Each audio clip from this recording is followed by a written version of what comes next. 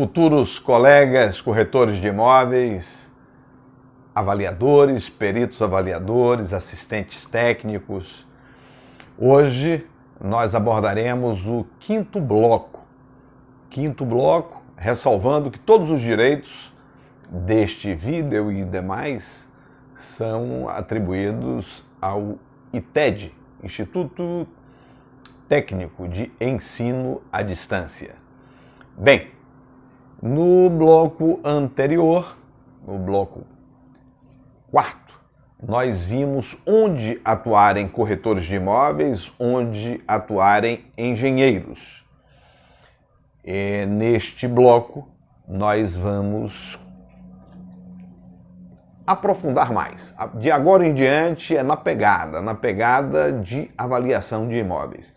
E quero ressalvar também o seguinte: a avaliação de imóveis não se restringe a cálculos, a fórmulas, a uma série de fatores que o avaliador, o perito, tem que dominar, noções de direito, noções de documentação imobiliária, porque tudo isso interfere no possível valor do bem objeto da avaliação.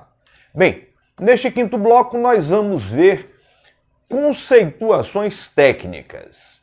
Vamos iniciar com a conceituação técnica de definição de bens. O que vem a ser bem? Bem é tudo o que é propriedade, possessão ou domínio de alguém. Bens imóveis. Os bens imóveis têm por natureza ou destino, não podem ser removidos de um lugar para o outro sem perda de sua forma ou substância. Então, o bem imóvel se caracteriza exatamente pela impossibilidade de remoção, ok? Os bens tangíveis. Bens tangíveis são aqueles que podem ser tocados. Têm existência física, tais como terrenos, edifícios, máquinas, instalações e assim por diante. Os nomes por si só se autodefinem, tangíveis. E os bens intangíveis, prefixo intangíveis, nega. Então, os bens intangíveis não podemos identificá-los materialmente, mas apresentam um valor adicional ao bem físico em razão de interesses histórico, arquitetônico, cultural, artístico, paisagístico e outros. Exemplo: paisagem, pôr do sol, vista, obra de arte, ponto comercial, marcas e outros. Vocês acreditam que se eu fosse dissecar estes exemplos mencionados, 30 minutos não seriam suficientes? Vou lhes mostrar por quê. São as particularidades. Corretor de imóveis, avaliador, se não tiver acuidade, o que vem a ser acuidade? Foco, concentração naquilo que você se propôs a fazer. Então observem, estes exemplos que eu trouxe aqui para vocês, todos eles estão vinculados e eu vou trazer aqui para vocês experiências que eu vivi enquanto avaliador. E vocês vão perceber a sutileza e a importância desses detalhes. Pronto. Paisagem. Eu ministrei um curso no extremo sul da Bahia, em Teixeira de Freitas, depois de Porto Seguro, depois de Eunápolis. E tinha, na turma, nossos cursos sempre foram presenciais. Agora, com a pandemia, que nós estamos inaugurando uma nova era de capacitação online. A diferença é que nos cursos online eu estou ao vivo e em cores. Neste caso em especial de vocês aqui, a metodologia, a modalidade é EAD, ensino à distância. Tipo, eu estou gravando este vídeo no mês de agosto, eu não sei em que momento ele será assistido por vocês. Mas, voltando ao caso, nós tínhamos na sala uma incorporadora, uma empresária do ramo da construção. E a expertise desta pessoa era loteamentos. E ela detinha um loteamento lá em Eunápolis. Acreditem no que eu vou dizer aqui a vocês. Os lotes mais caros eram aqueles que estavam em declive e que o custo com a construção de um possível imóvel ali, ou de acessões àquele imóvel, vale dizer, o lote, seria mais dispendioso exatamente pela posição. Enquanto tinham outros lotes planos, mas estes, na encosta, no declive, eram mais caros. Sabem por quê? Por conta da vista. Era uma vista privilegiada. E em avaliação de imóveis, se liguem, a depender da posição em que esteja o imóvel objeto da avaliação, ele pode valorar mais ou menos. Ok? Então, neste caso em especial, deste comentário que eu estou fazendo, era uma vista belíssima e foram os primeiros a serem vendidos. Por quê? Porque quem os adquiriu dispunha de recursos, dinheiro não era problema, e obtiveram algo diferenciado. Consequentemente, as benfeitorias, os investimentos feitos, as acessões, tudo mais, no cômputo geral, depois de pronto, geravam mansões diferenciadas e com preços, consequentemente, diferenciados. Então, a paisagem é um dos elementos de extrema importância que influencia no valor do bem imóvel. Um outro item, pôr do sol. Eu lhes pergunto, pela característica do alunado, do ITED, me parece que muitos do Amazonas, do Pará e região. Mas eu lhes pergunto, vocês já tiveram oportunidade de, passeando, conhecer João Pessoa, Paraíba? Em João Pessoa, existe algo ali que hoje faz parte do calendário mundial turístico. O pôr do sol. Existe uma característica ali no Jacaré, em João Pessoa. Um saxofonista, quando se aproxima o pôr do sol, o ocaso, para quem não sabe, é sinônimo de pôr do sol. É de extrema importância que o corretor, avaliador, detenha um conhecimento vasto, um vocabulário rico, porque na dissertação, nas descrições dos elementos necessários na avaliação, a riqueza nos textos pode gerar uma diferença. Então, existe um saxofonista que, ao se aproximar o pôr do sol, ele surge do nada, numa embarcação, uma embarcação ribeirinha, uma canoa simples, feita a toque de mãos. Ele vestido todo de branco, e seguramente, lógico, utilizando tecnologia de ponta, eu imagino que wireless ou Wi-Fi. E aí ele surge tocando o bolero de Ravel. Olha, é algo simplesmente emocionante, porque, como é parte da atração turística da região, o entorno, não é todo mundo, eles negociam camarotes. Olha, é um negócio. Tem famílias que chegam, tipo 11 horas, turistas de todo mundo. É uma festa. E na hora que se dá o pôr do sol, surge aquele saxofonista tocando bolero de Ravel. E as pessoas no entorno ouvindo com uma nitidez. Então fica aquela imagem de um ribeirinho tracionando a canoa no remo e o saxofonista tocando bolero de Ravel.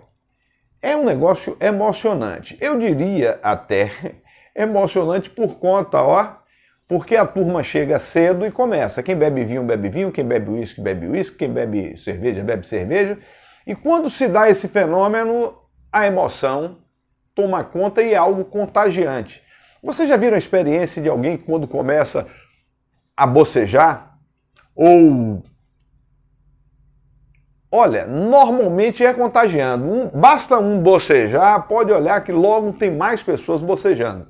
Então eu presenciei ao vivo e em cores, porque eu tive a oportunidade de estar neste evento e vi pessoas chorando, pessoas rindo, emocionadas.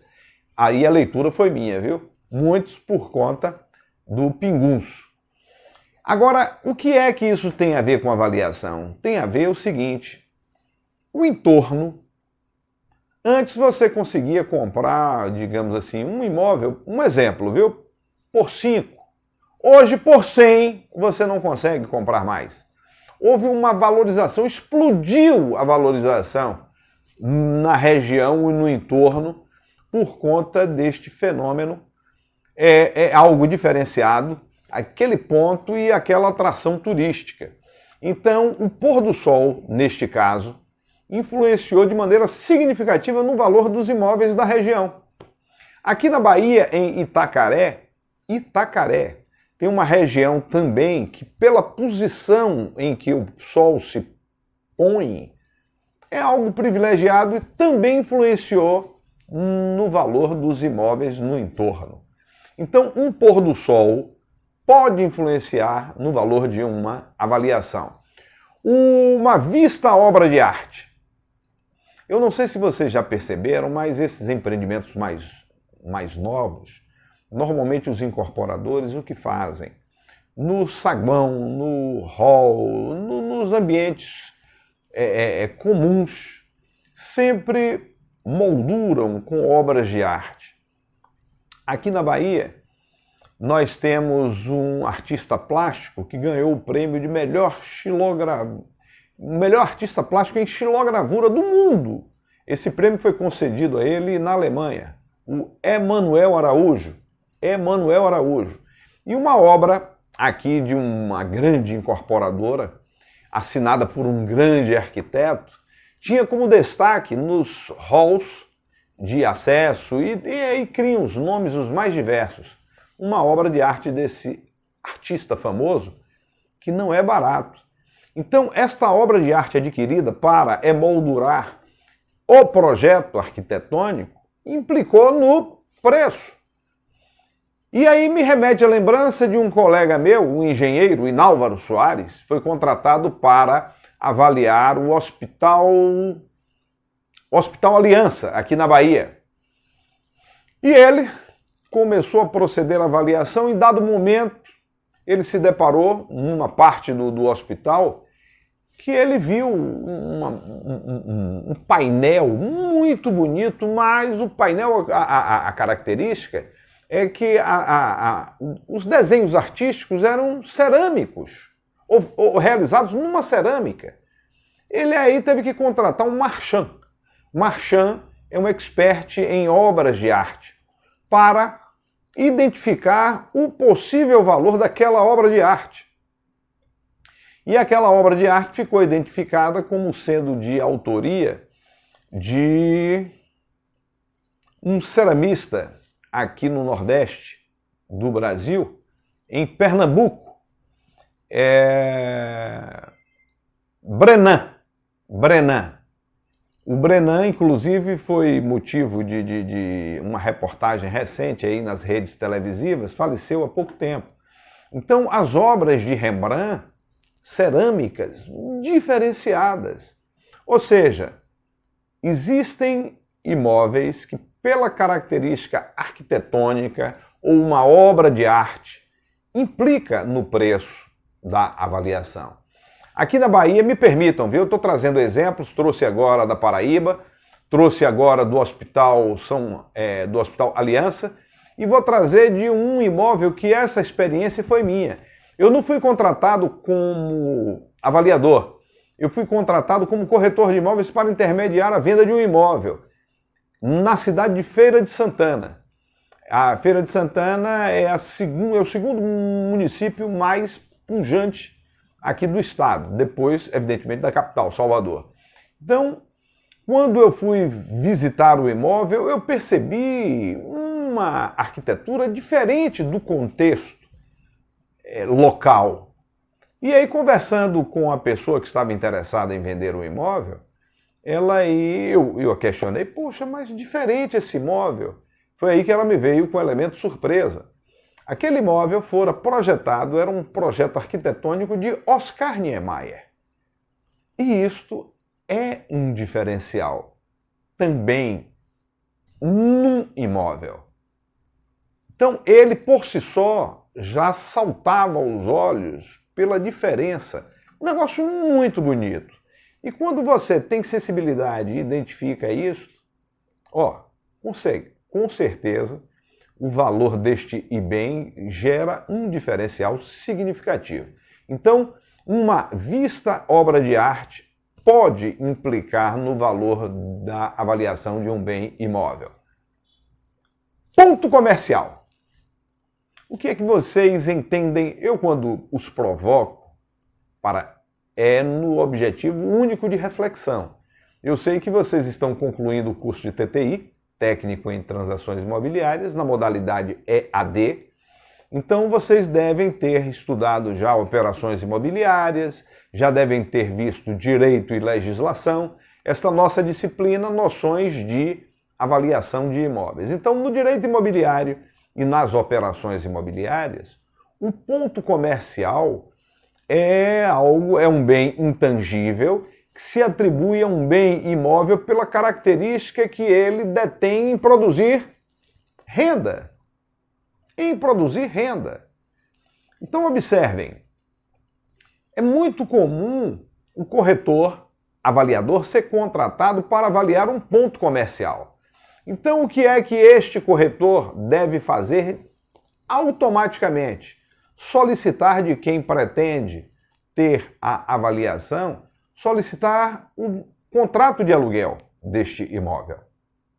Então, lhe é fornecido o contrato de aluguel. Agora, eu tenho que chamar a atenção de vocês para uma característica.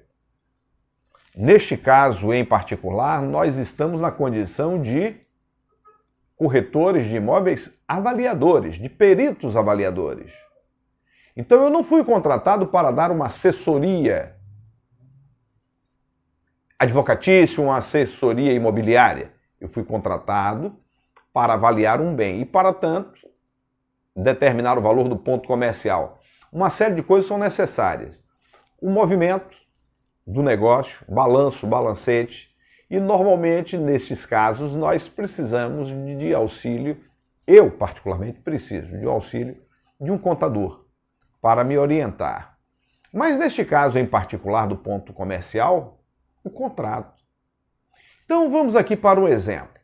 A pessoa me forneceu o contrato e está lá assinalado que o início do contrato de locação se deu aos 13 dias do mês de março de 2018.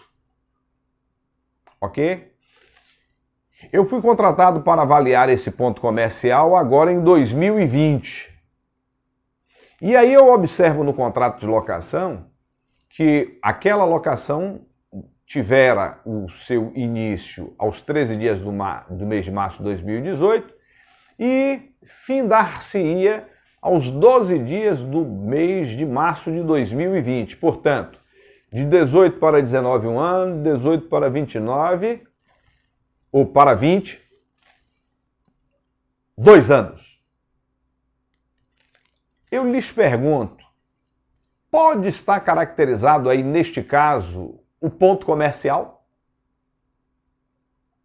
Olha só. Depende. Neste caso, o que faria eu? Ao meu contratante, eu solicitaria os contratos de locação anteriores. E aí, para minha surpresa, o senhorio, ou seja, a pessoa que está me contratando, diz, não existe contrato anterior. Essa é a única locação, eu aluguei a esta pessoa e eu estou precisando saber qual o valor do ponto. É aí que fica a dica. Vocês não foram contratados para ministrar ou para dar uma assessoria comercial, e sim avaliar. Aí vem uma outra dica. Como é que eu procedo nas avaliações em que sou contratado? Eu apresento uma proposta, normalmente é objeto de discussão. Tem gente que pergunta se dá para fazer menos, que está caro. Tem gente que nem responde, já desiste sem lhe consultar, ok? Mas admitindo que eu tenha sido contratado, meu contrato prevê o seguinte: 50% na contratação e 50% na conclusão e entrega da avaliação. Existem casos que eu não parto. Eu só faço se receber integralmente. Cada caso é um caso. Eu estou comentando aqui para que vocês se familiarizem, ok? Bem, neste caso, este contrato de locação só tem 2 anos. Então não tem como, tecnicamente, se caracterizar um ponto. Porque para a caracterização de um ponto ou fundo de comércio, é indispensável que o contrato original tenha sido firmado por 5 anos. Ou a soma dos contratos perfaça 5.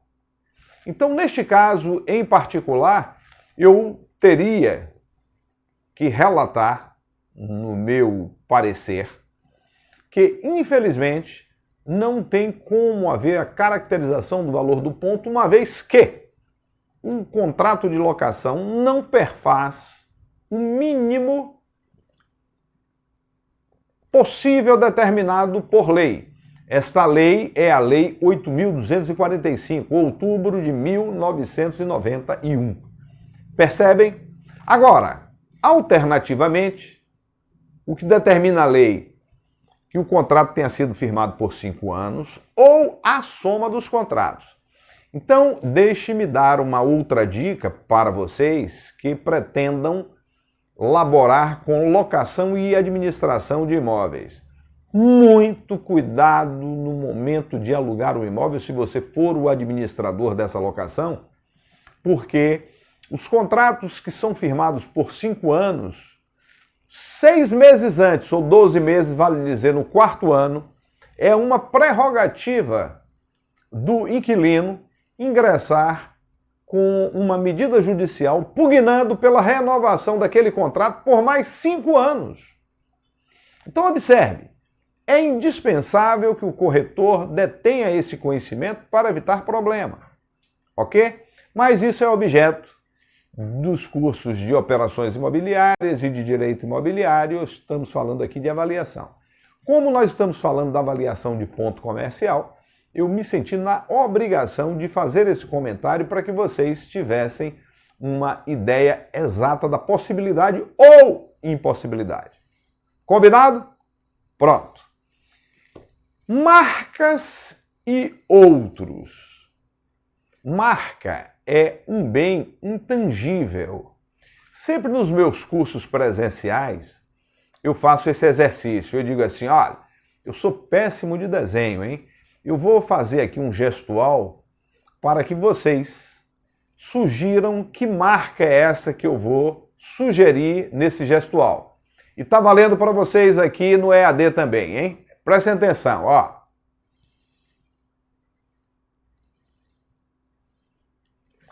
Que marca seria esta? Quando é presencial, é muito comum as pessoas dizerem McDonald's ou McDonald's. Perfeito, olha só a marca. E no quadro, quando eu posso, ou com giz branco ou amarelo, porque normalmente a marca é amarela, não é? A cor da marca. Então, gente, marca é um bem intangível que pode gerar um valor significativo no momento de uma avaliação. Por exemplo, o corretor avaliador tem como obrigação examinar a LOUS, L-O-U-S. Eu estou falando assim em tese porque existe uma variação de região para região. Aqui e em outros estados, eu não sei aí, no Pará e na região, mas LOUS nada mais é que Lei de Ordenamento e Uso do Solo, L.O.U.S. lows. Ou então a célebre AOP, também é uma sigla, A.O de ovo, ponto, P de pipoca, ponto. Traduzindo, análise e orientação prévia. Tanto a LOUS como a AOP, a LOUS é vendida, o Poder Público Municipal vende a Lei de Ordenamento do Uso do Solo, porque é o mapeamento do município onde fica determinado o que pode ser construído, os fatores restritivos, gabarito, altura da construção, e tudo isso implica na avaliação. Então o avaliador de imóveis ele tem que ter uma noção exata e ter a cuidado para, no momento exato, identificar e se posicionar. E a AOP é requerida junto à prefeitura, e a AOP, Análise de Orientação Prévia, determinará o que pode ser realizado naquela região. Vamos admitir que vocês sejam contratados para avaliar um imóvel, é obrigação do corretor, vocês vão ter acesso à legislação, vale dizer, a resolução 1066. Qual o objetivo da avaliação? Aí o cliente diz, não, o meu objetivo, eu pretendo empreender, eu pretendo construir aí um motel. Então você está sendo contratado para avaliar um bem imóvel, onde a pretensão do contratante é construir um motel. Neste caso, você não pode deixar de consultar tanto a LOUS como requerer uma AOP. Vamos admitir que na AOP seja admissível a construção de escola, de clínica, mas motel é vedado, é proibido. Prejudicou a avaliação para aquela finalidade. E se o corretor de imóveis, avaliador, não teve esta percepção, um cuidado, problemas à vista. Sabe por quê? Vocês devem ter visto isso no curso de Direito e Legislação.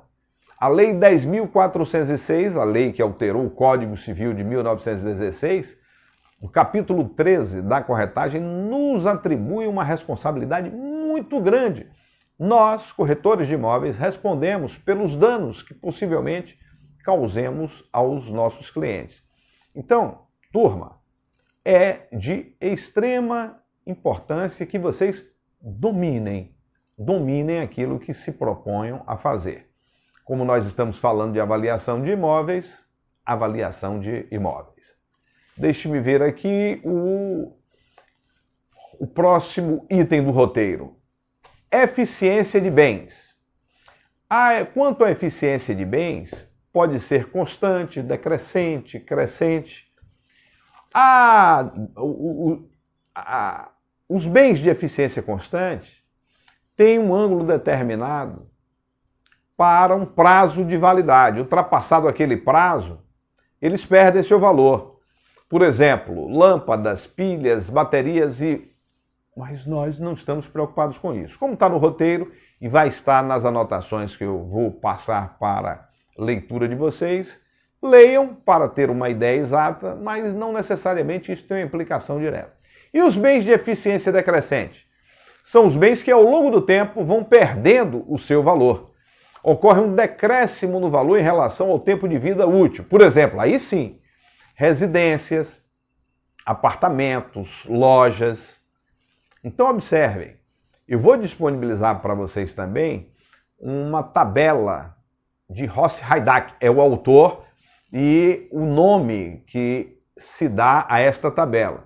Quando vocês estiverem avaliando bens imóveis em que eles tenham uma vida de construção tipo 30 anos, 40 anos, nós vamos ver também que é indispensável que em cada avaliação que vocês se propõem a fazer, vocês coletem no mínimo 5 amostras. Eu disse 5 amostras.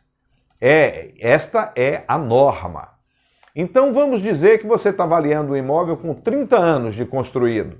E nas amostras vocês identifiquem imóveis com 40, imóveis com 50. Então essa tabela de Rossi Haidach pela característica da construção, você aplica a tabela e, consequentemente, você encontra um percentual de depreciação. Então, feita a depreciação de cada um dos itens das amostras, vocês então procederão à homogeneização. Homogeneização. Então, a homogeneização é um dos itens de uma avaliação que no módulo 6, nós veremos. Por que eu ressalvei o módulo 6? Porque, infelizmente, já atingimos os 30 minutos dos blocos em que nós nos propusemos, ok? Então, este foi o 5º bloco e, em seguida, nós providenciaremos as informações pertinentes ao 6º bloco, onde nós alcançaremos nessas informações. Até o bloco 6.